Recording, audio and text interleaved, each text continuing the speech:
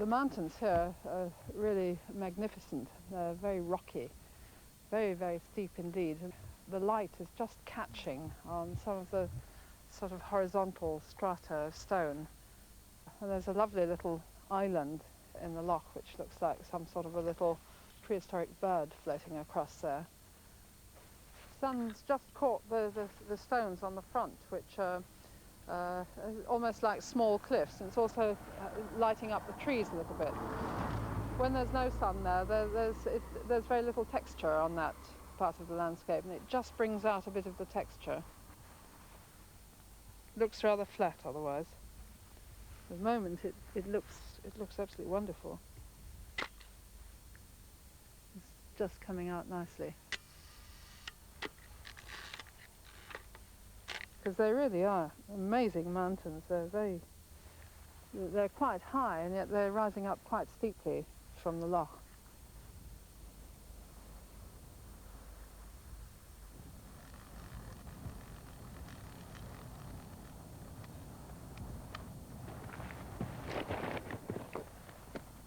Light's gone now.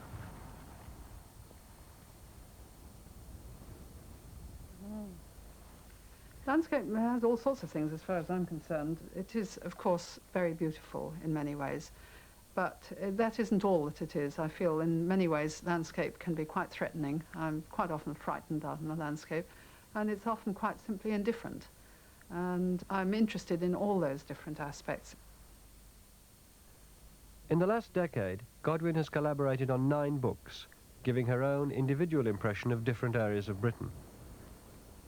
These books show her interest not only in wild and untouched country, but also in the buildings placed there over the centuries.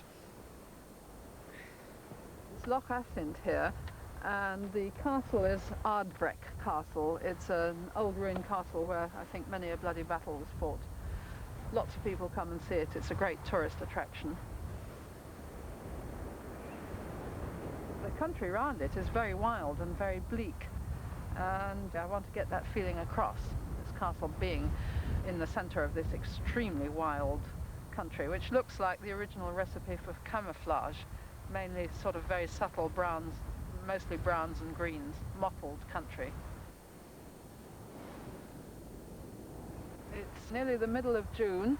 There's new snow on a lot of the mountains all around, and there's a north wind, and it's bitterly cold, but the light has been very dramatic.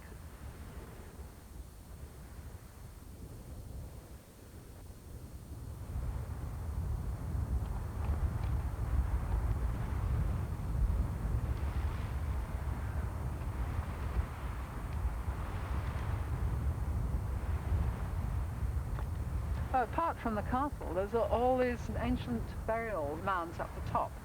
And I'm interested in combining the two, because to me there's a great sense of history in this. I took some pictures here in 1978-79, which were quite nice. I quite liked them, but I didn't use them in land because I didn't feel that they'd quite made it. I didn't feel they'd quite gone beyond the picturesque. They didn't seem to have a real strength to them. I'm kind of wary of picturesque pictures. I get sort of satiated with looking at postcards in local newsagents and at the sort of picture books that are on sale, many of which don't seem to bear much relation to my own experience of the place. The worst of them here was the last produced up here in Scotland, which is a truly dreadful postcard. It doesn't even give a hint of brown. It's all greens and blues, and this is why I find most British postcards absolutely revolting. The castle's quite small. It doesn't give any idea of what this countryside feels or looks like at all. And then there's a rather glossier postcard, quite nicely reproduced. I'm afraid to me, doesn't say anything at all. It's just an absolutely standard silhouetted sunset picture. The only thing they left out was sort of pink, but I think that's pretty boring. Castles have always been a popular subject for British landscape artists, never more so than in the 18th century, when painters began to work directly from nature and to look at landscape in a completely new way. From the 1750s onwards, landscape and responses to landscape were an amazingly popular talking point. I mean, everybody was talking about landscape. Everybody was going to places, looking at places, recording their responses to those places. In some ways, the cult of the picturesque was really an offshoot of the discussions which were encapsulated by Edmund Burke in a book which was extremely influential called An Inquiry into the Origin of Our Ideas of the Sublime and the Beautiful, that was published in 1756, and which really categorized experiences of looking at things as either sublime on the one hand or beautiful on the other, the sublime being to do with darkness, terror, privation, vastness, the beautiful being to do with softness, gentleness, smoothness, and so on. The castle is an absolutely statutory subject within the repertoire of the sublime. Burke picks out castles. I mean, they're sublime because they're threatening, defensive, huge structures which usually loom loweringly and threateningly down. And of course, they also politically represent, as it were, a hierarchy, the lord in the castle and the peasants outside the castle.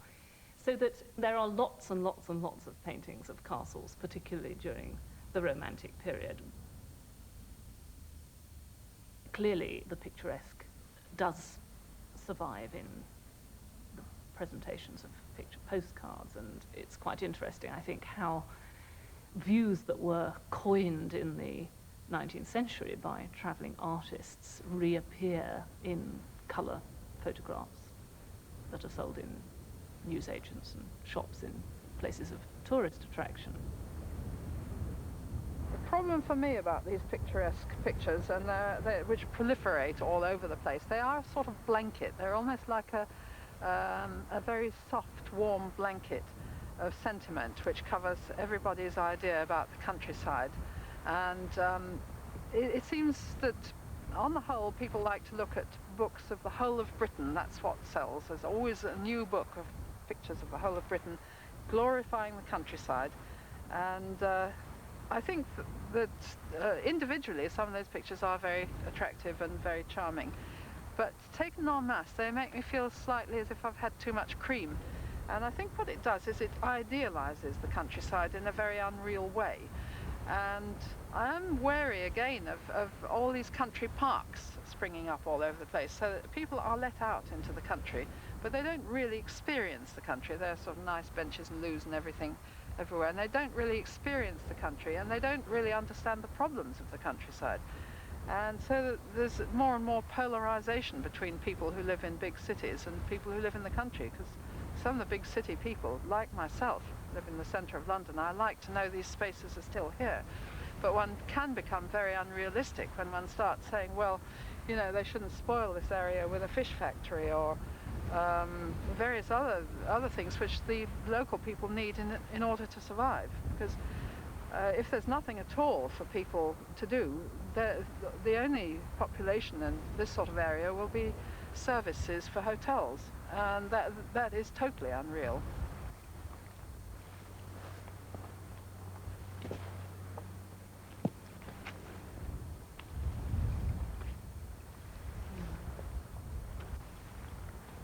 One aspect of the reality of the British countryside that most interests Godwin is its ancient history. This heap of stones is an ancient burial mound, and I find them very interesting. I look on the map and see where they are, and I tend to go and have a look at them. I'm fascinated by them because they always chose very beautiful places to have these burial mounds.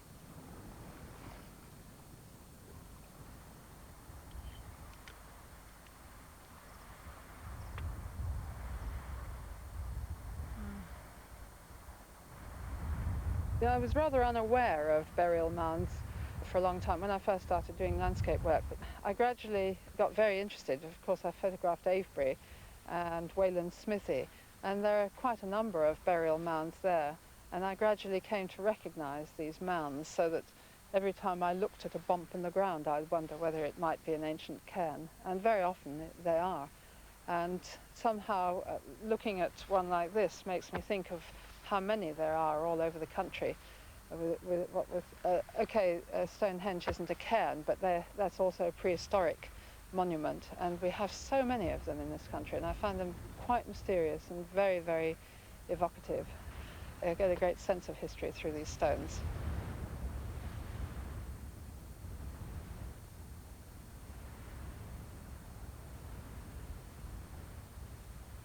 Fay's taken a lot of pictures of ancient remains, such as stone cairns in Scotland, rings of standing stones in Orkney, various marker stones in Wales and England.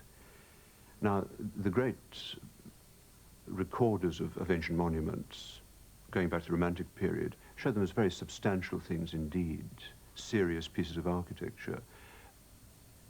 Fay's monuments look, by contrast, as though they got there rather by accident. They were propped up as an afterthought, and I think that relates to a sense in her work that all human making is provisional, that if you make standing stones, if you prop them up, they're bound to fall down again, or their function is bound to be forgotten. So they do look as though they've been cobbled together, primitive, accidental arrangements of things.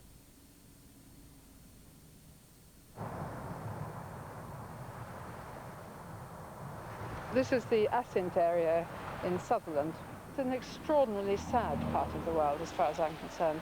Most of the time it's heavy and wet and oppressive, and I feel very strongly the oppressive feeling of the clearances. There are practically no people living around here, because in the late 18th and beginning of the 19th century, almost all the people who lived here were removed by the landlords during what is known as the clearances, and that was to make way for sheep farming.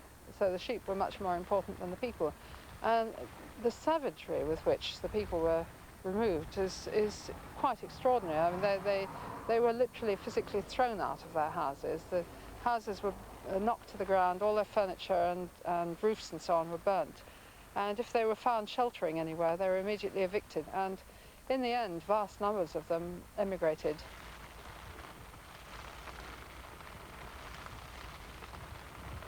I find it quite depressing. There's a limit to the number of days one can stay around this area when it's raining heavily and the mist is down. There is so little feeling of real habitation here. Looking at Godwin's photographs of Scotland, I'm very struck by the absence of any signs of humanity. If you take, for instance, her views of Glencoe, the absence of humanity is a very powerful ingredient.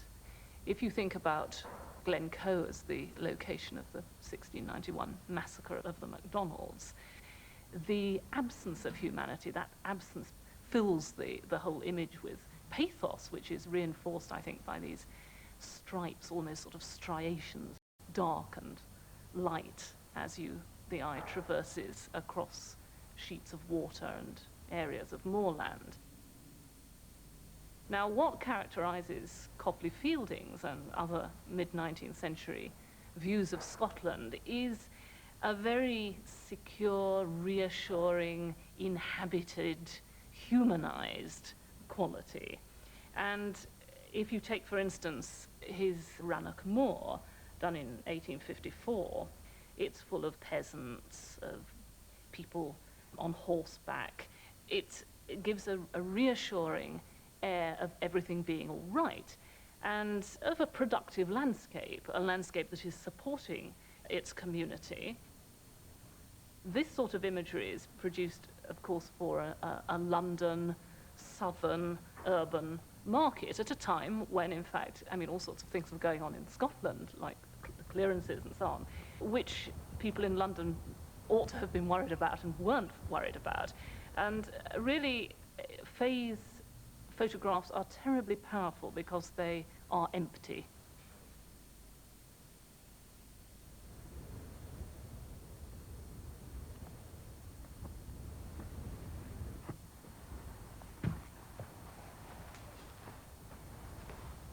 My work is often called romantic, and it's been reviewed as being romantic, which I find I don't really find very acceptable. I certainly, even though the reviews have intended to be flattering, I have not found it flattering. I think it's partly because I'm not an academic. To me, romantic has something to do with, you know, rather slushy, sentimental seeing.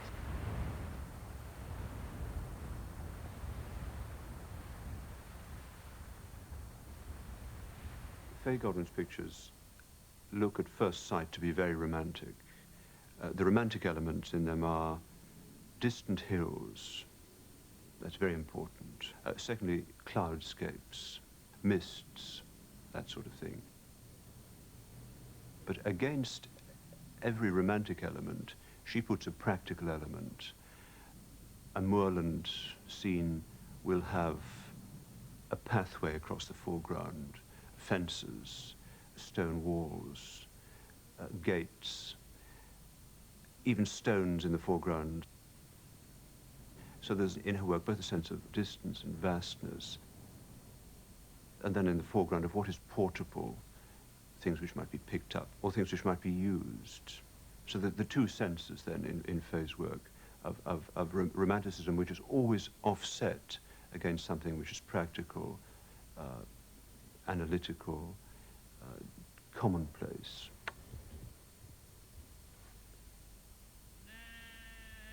I've often seen this stone walls and never seen it in any light where I actually got round to taking the picture. It's the sense of enclosure in this very wild landscape which interests me, partly. What's happened here?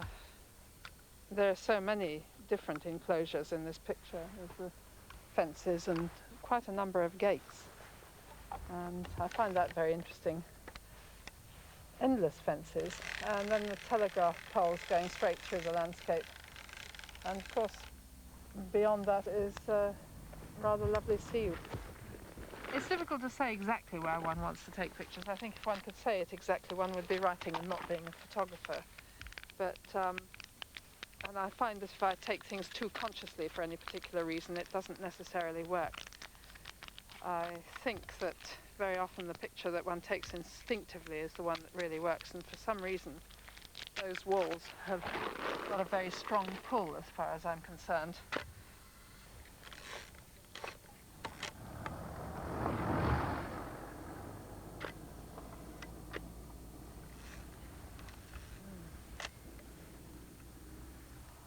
I don't want to get the post office van in this particular picture because my exposure is so slow that I'll just end up with a rather unpleasant blur.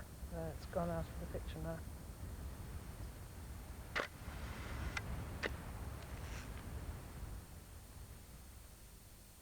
She's interested in marginal lands, the Welsh frontier, for example, Cumberland, parts of Scotland, just on the edge of cultivation, because I think that on those terrains you see culture coming and going.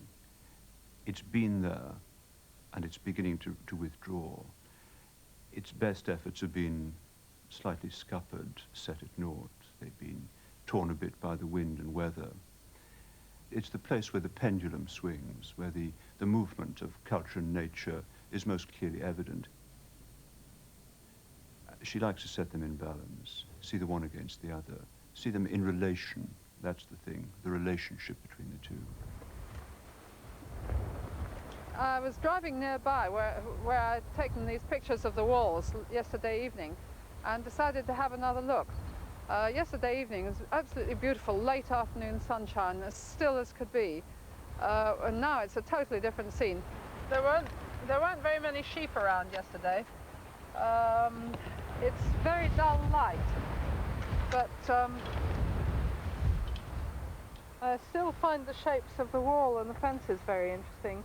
I'm using a wider angle lens because I've got problems with the wind, so that I haven't got the same depth of field. But it looks as if it might be quite interesting. I've used one or two of them. I've used an orange filter to try and bring out a bit of texture on the walls. Of course, the texture brought out a lot more when the sun was lighting up the walls.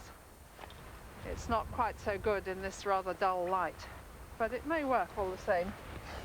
Just reloading because I wanted to use some faster film. But I do actually sometimes use quite a lot of film. Just wanted to take a couple more because it's so windy. I'm afraid my tripod may have moved. Now, of course, my lens is covered with rain, which wouldn't give a very good quality. Right, let's have a look at that. Just check the light because I think it's a lot duller than when I first came down here. And half a stop. I don't like working when it rains.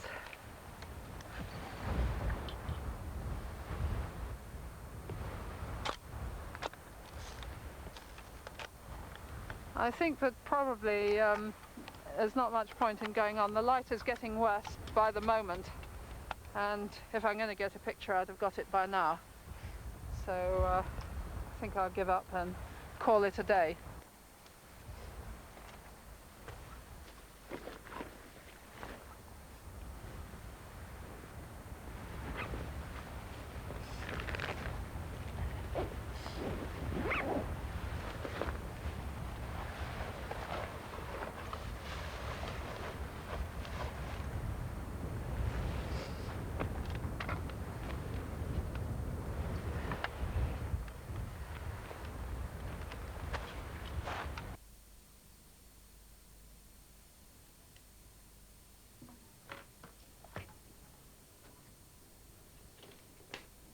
Today, Fay Godwin is one of this country's top photographers, but she began, like the rest of us, as an amateur. I first got interested in photography through taking family snaps of the children. In most cases, the person who takes the family snaps is actually the dad. That's the majority, and it's changing a bit now. But although my husband was very supportive and was prepared to buy the camera and had a very good visual sense, he couldn't fathom out how a camera worked.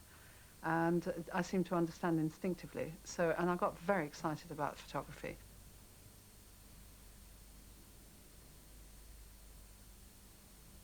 There's a sort of delight of discovery. It's just like learning to ski. Wow, you can do it.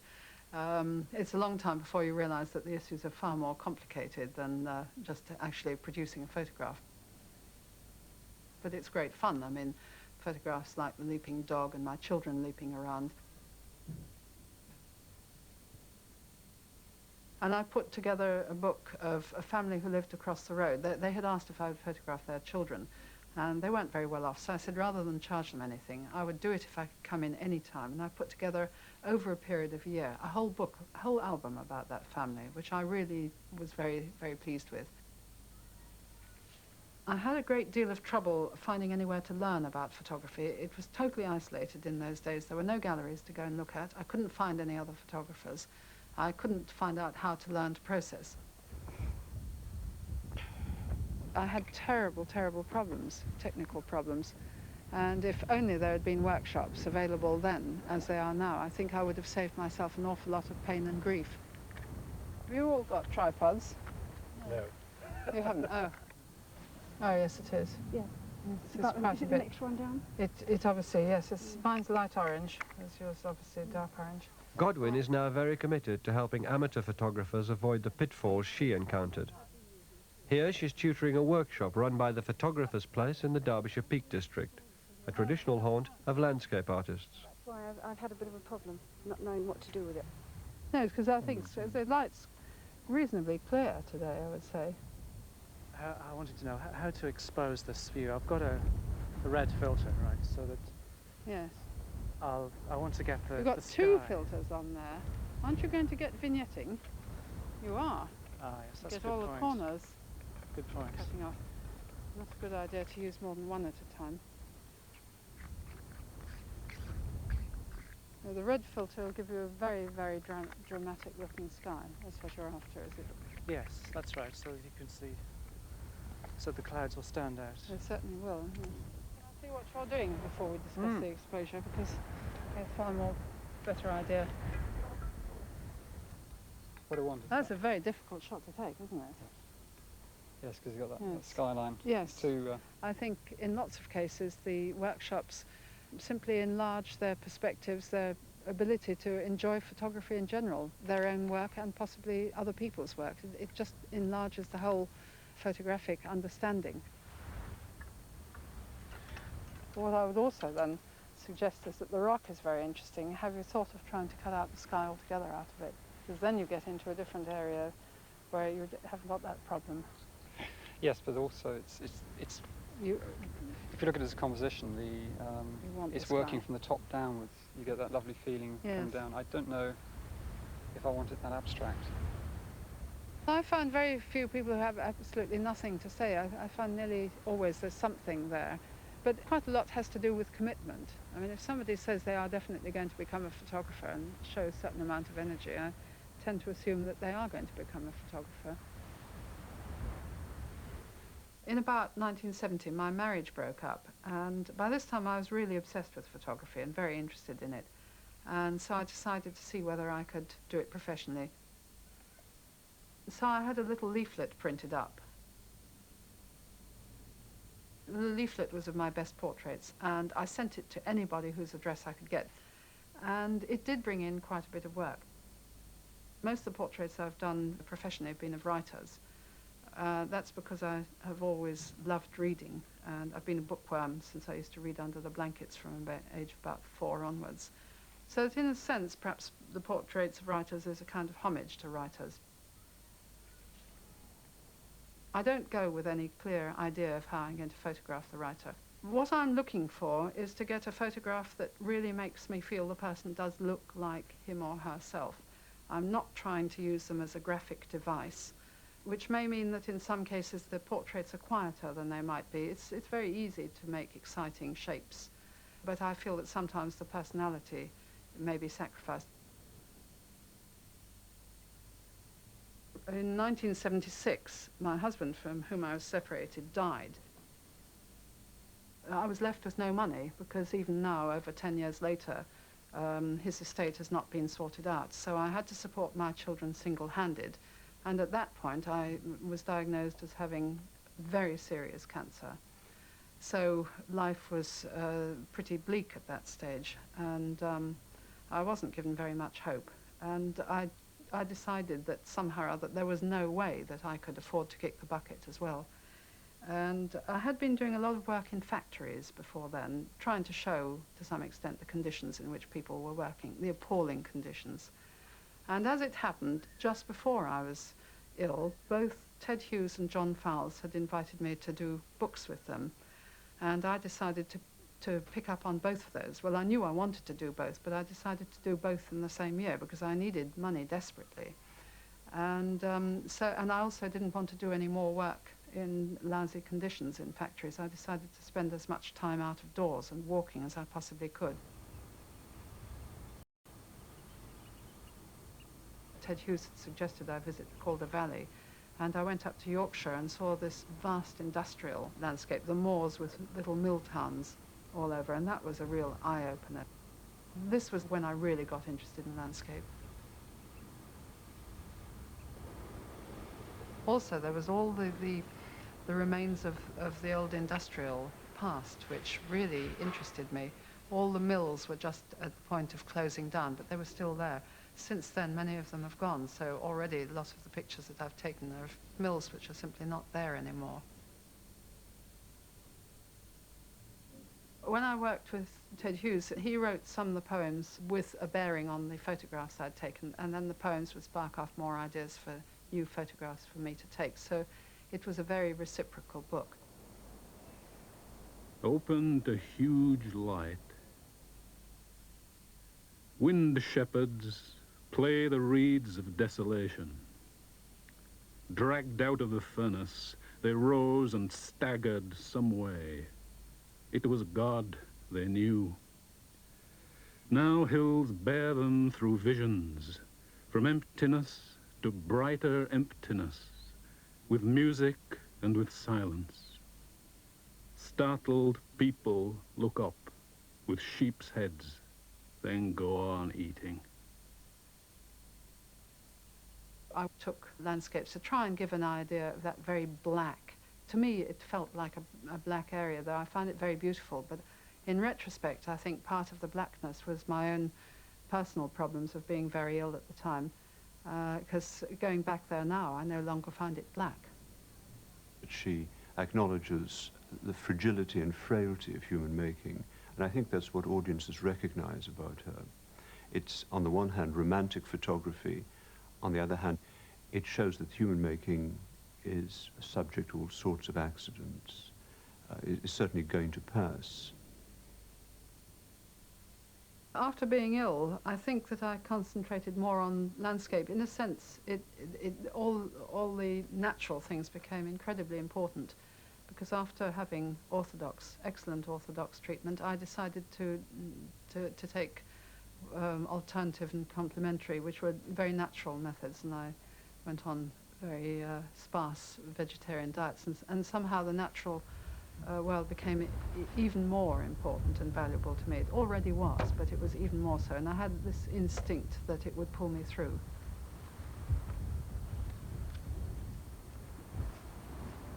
Many of Godwin's most successful books follow the course of ancient pathways. This is the Saxon Shore Way along the Kent coast. Here, as in much of her other work, remains of the past have sparked her interest. I came to Reculver sort of expecting somewhere with immense resonance. I mean, I looked at the map, Reculver Abbey, Roman, all this sort of thing. I couldn't believe it when I got here. The whole place was swamped by the sea of caravans. So I took what I would consider the picture that people would expect to see of Reculver Abbey without the caravans, which you undoubtedly can see from the sea. But then I decided to show it how I really saw it.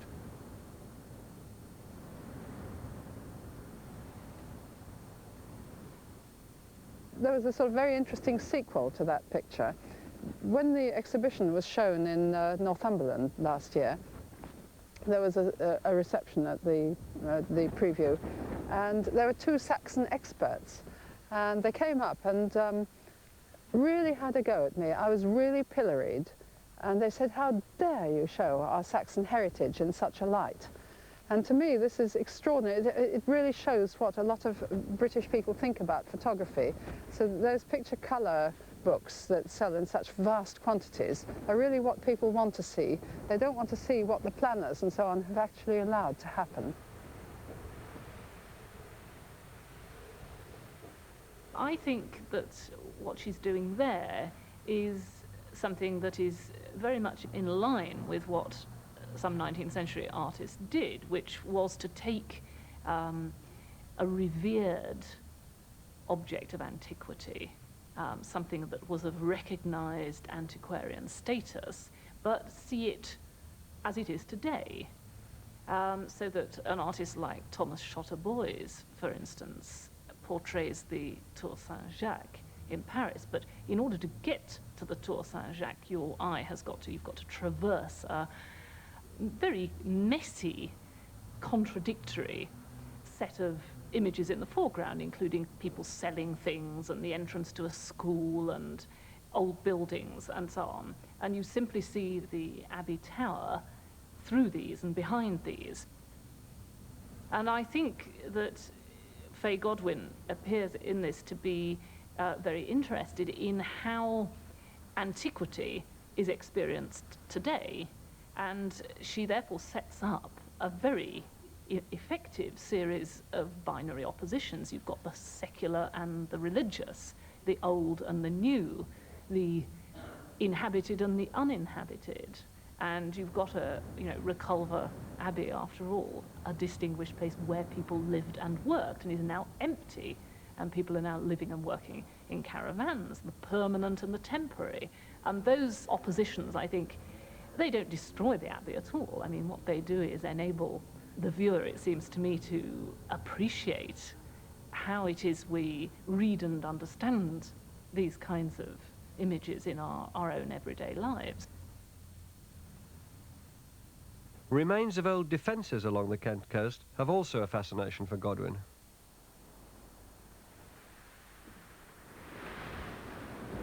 on the beach at Hythe, and the towers are Martello Towers, which were defences against Napoleon. And there's one which has been converted into a weekend or possibly a permanent residence. And the walls are so thick that I gather it took them a week to drill through to get the window spaces. And it's got a very nifty cannon just outside it. I felt like taking one or two colour pictures today, because the light is very dull as far as black and white is concerned, but it's quite subtle for colour.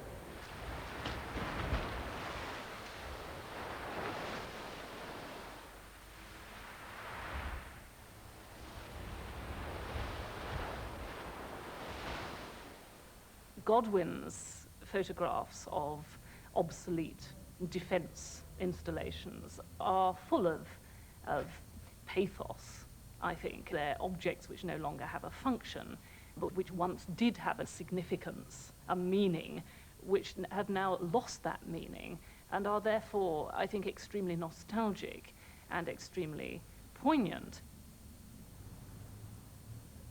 Ford Madox Brown in 1860 in Walton on the Naze produces a very cheerful, buoyant, inhabited landscape, which includes not only a Martello Tower, but a variety of sailing vessels, brigs and so on.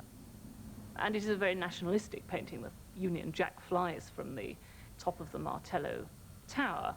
But Godwin's, I think, her representations are very different from that. And again, you get this emptiness, the lack of humanity, lack of any kind of human presence in them, only an implied human presence of the dead, of those who've gone, absences.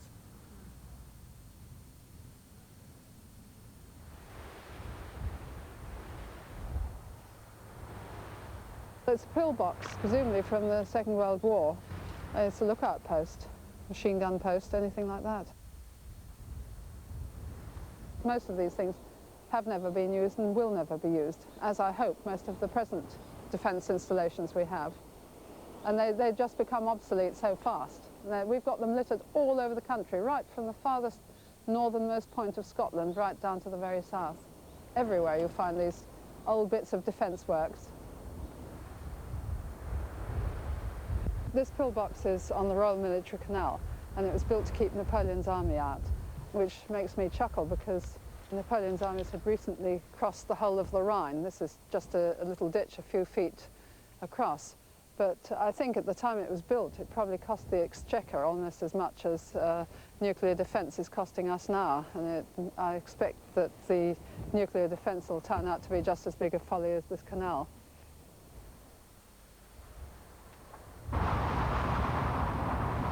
Godwin's concern with the nuclear issue is one of the things that drew her to the strange landscape of Dungeness. Well, I started photographing it long, long ago, probably about 1975. I had a big series of Dungeness pictures.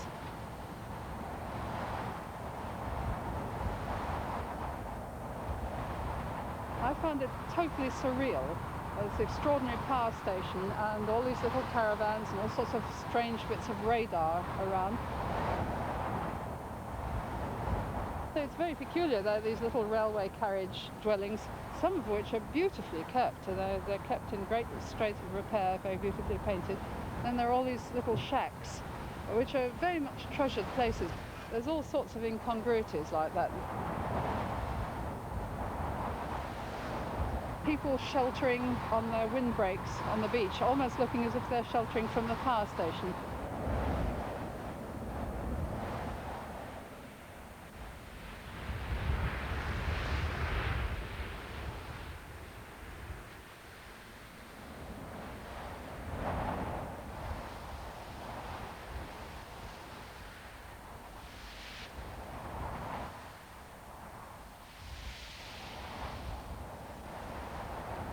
I've got a picture of a sleeping fisherman on the beach. And it's almost sort of, you know, you wonder whether he's sleeping while there's all sorts of nuclear things escaping from the power station behind him. One strange paradox is that the warm water from the nuclear power station means that lots of sea bass come in. It's actually very good for fishing. I personally wouldn't care to eat the fish that are fished out of those nuclear waters myself.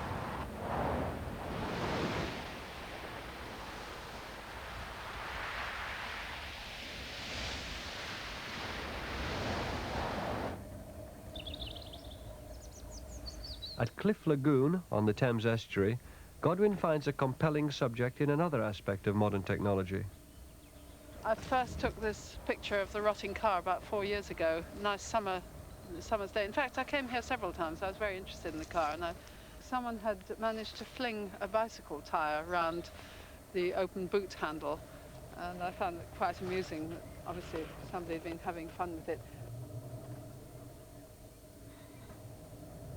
I was very surprised to find that there were still any traces of it left. I thought it probably would have been entirely submerged by now. It's changed direction slightly with the wind.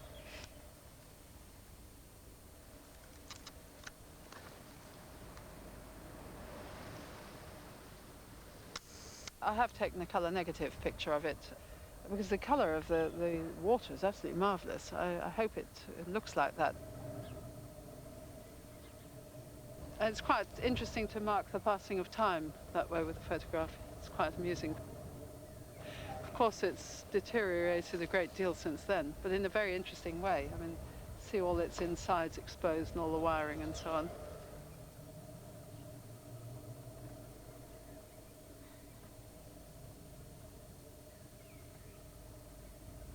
I think the scenes of coastal dereliction that Fay has done, particularly around the Kent coast, are actually very much within a tradition of British marine painting.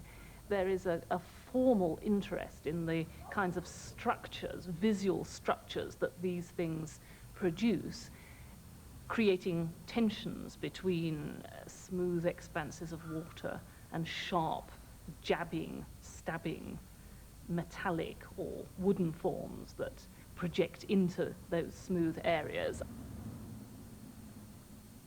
Certainly obsolete objects, things that are very dilapidated, attracted artists in search of the picturesque a great deal. And an artist like E.W. Cook, who came from an extensive family of marine painters and engravers in the early part of the 19th century, his views of coastal scenery have many similarities with the way in which Fay treats those motifs.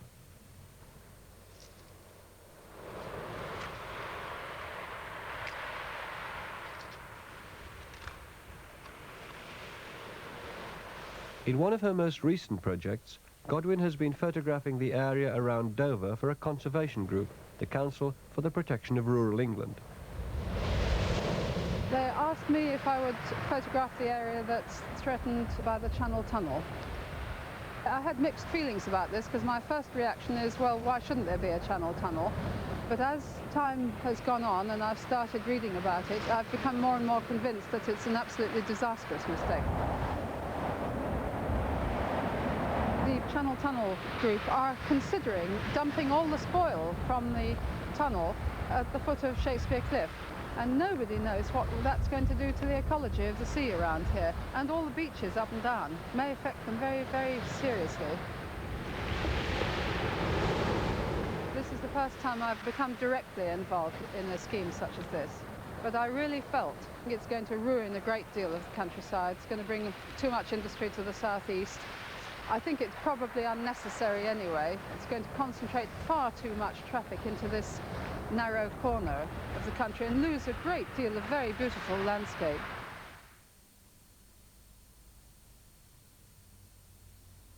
The rural, the countryside, the landscape has always been the site, the area in which debates about morality and theology have taken place.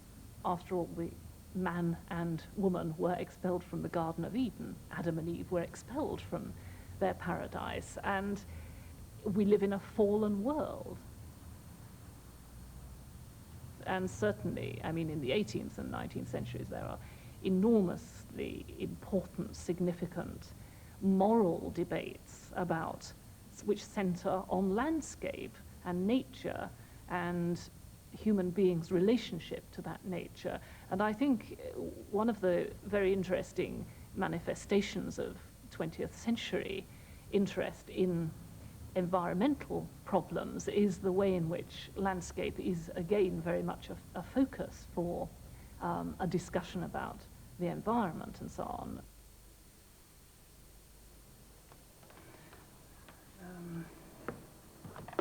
The pictures for the anti-channel tunnel campaign are ready for printing. On this project, Godwin is working with a young photographer, Peter Cattrall. Which paper is this, in fact? The print's on grade 3 and the test strips on grade 3 and grade 2. Yes. And I thought the print should be slightly between the two. So maybe we could stick to grade 3 and use a software working developer. Yes. Yeah. But I also think, apart from softening it a bit, the process of printing in black and white is absolutely crucial to the success of the final prints. It's particularly important with landscape, I find. Even a very small change of tone completely changes the feel of the picture.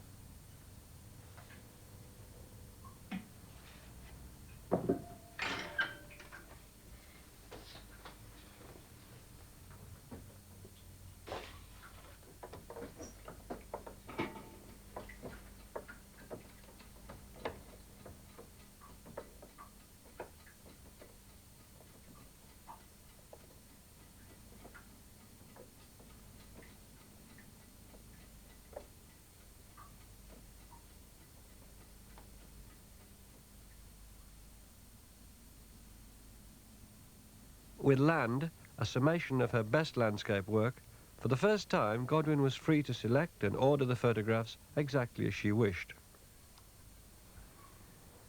I spend quite a lot of time editing my work, and to me that's a very important part of my work.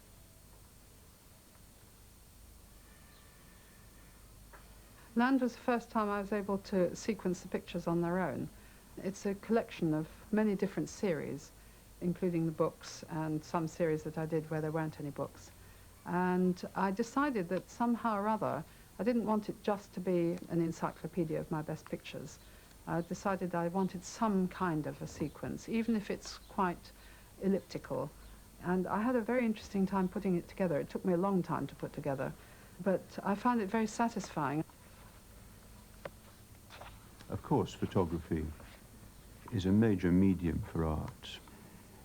It is a kind of hybrid medium which allows people to make very complicated, intricate, formal cultural statements, very largely in the book form. And some of the major photographic works have been books. I'm not terribly bothered about the argument of photography versus art. I see myself as a photographer, and if eventually somebody finds some art somewhere there, that's up to them. I feel my own feeling is that I do work creatively, but that I'm specifically a photographer, therefore my work cannot be bought by the Tate Gallery.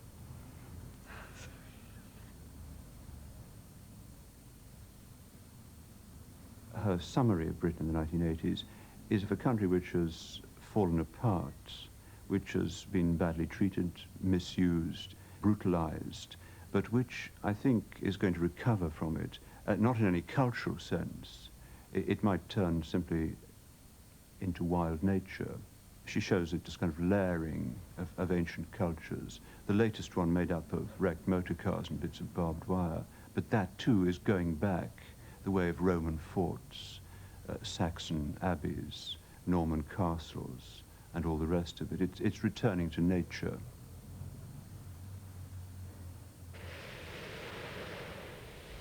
I think the reason why I find British landscape so satisfying is that I do like this sense of history that pervades it. I think we're a grotty little country with all sorts of things wrong with it, but that we have some of the most varied and delightful landscape that I've seen anywhere. I love the light here. The weather is often infuriating, but it's full of surprises, so one can never get bored with it.